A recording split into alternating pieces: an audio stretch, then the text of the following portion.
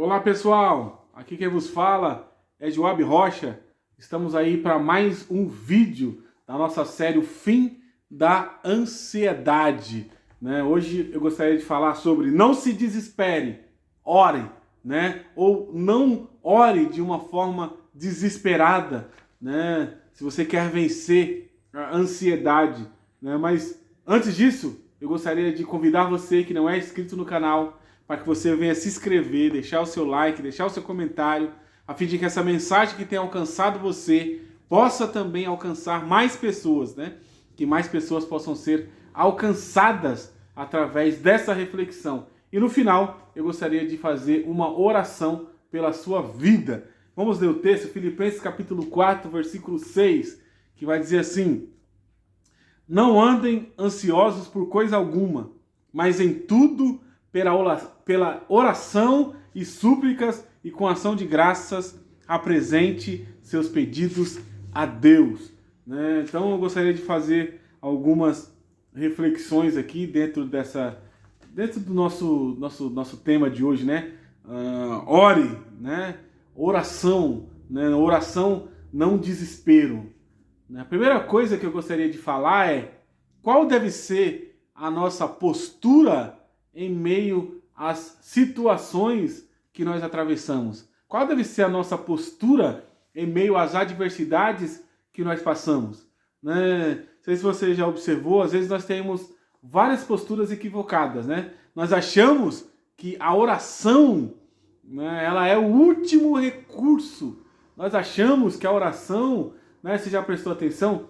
Tem gente que é assim, ele tenta, não sei se você já ouviu, pessoas falando dessa forma, tenta, eles tentam fazer, tenta resolver, tenta fazer de todas as formas. Aí no final ele chega e fala assim, o que nos resta agora é orar, E a oração geralmente é feita naquele desespero para que Deus faça alguma coisa, porque se Deus não fazer, o pior pode acontecer. Mas o convite de Paulo aqui no texto que nós lemos, não andeis ansiosos por coisa alguma, antes sejam conhecidas diante de Deus as vossas petições pela oração e pela súplica, é que nós não possamos, na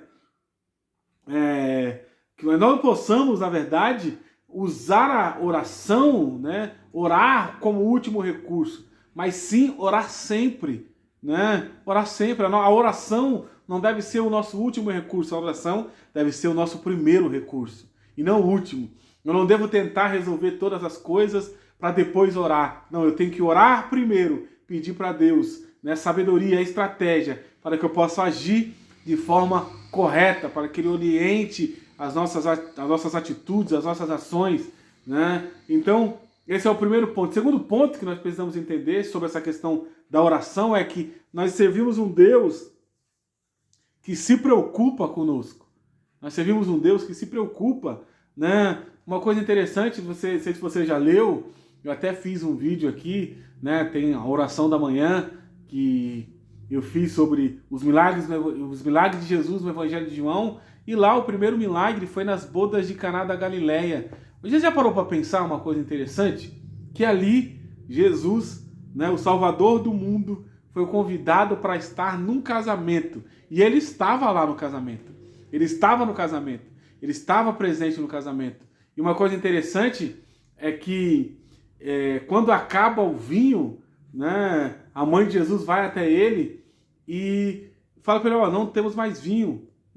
Chega para ele e leva essa demanda, para Jesus. E Jesus fala, que tenho eu contigo, mulher, ainda não é chegada a minha hora. E depois nós vemos no desenrolar, da história, Jesus faz o milagre.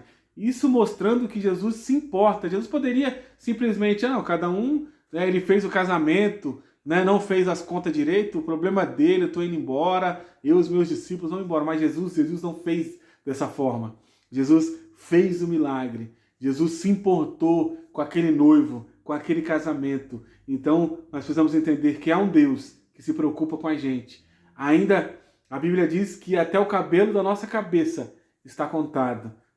Não cai um pardal, não cai o passarinho dos céus, diz em Mateus, capítulo 10, sem o consentimento de Deus, mostrando que há um cuidado de Deus pelas nossas vidas. Há um cuidado de Deus.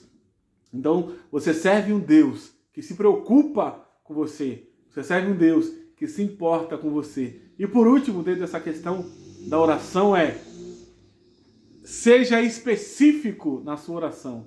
Paulo vai dizer aqui, né, no texto que nós lemos, tudo que nos incomoda, nós temos que levar a Deus. E um exemplo para nós, né, pensarmos quando Jesus faz lá em Marcos, Evangelho de Marcos, capítulo 10, né, ele cura o cego Bartimeu, né, restaura a visão do cego, nós vamos ver uma coisa interessante, que o cego estava lá clamando, Jesus, filho de Davi, tem misericórdia de mim. E quando Jesus chega até ele, Jesus fala assim, olha, o que queres que eu te faça? O que queres que eu te faça? O que queres que eu te faça? Né? Parecia óbvio, né, que o cego queria ver, né? Parecia óbvio. Mas talvez se ele não quisesse, ele quisesse outra coisa. E Jesus falou, e ele chegou até Jesus e falou, eu quero ver. Ele foi específico, né? Ele falou com Jesus aquilo que ele queria. E as nossas orações, elas não podem ser orações vagas. Nós temos que chegar a Deus e contar para Ele especificamente o que nos incomoda. Se é um problema de saúde, se é um problema familiar, se é um problema, né, sentimental, emocional, nós temos que chegar a Ele e falar a Ele de forma específica, a fim de que Ele possa nos ouvir de maneira específica, porque a oração, quando nós fazemos uma oração, né, específica, um assunto específico, e ali nós vemos Deus agir, a nossa fé aumenta, né? As nossas orações às vezes são vagas demais e nós não conseguimos às vezes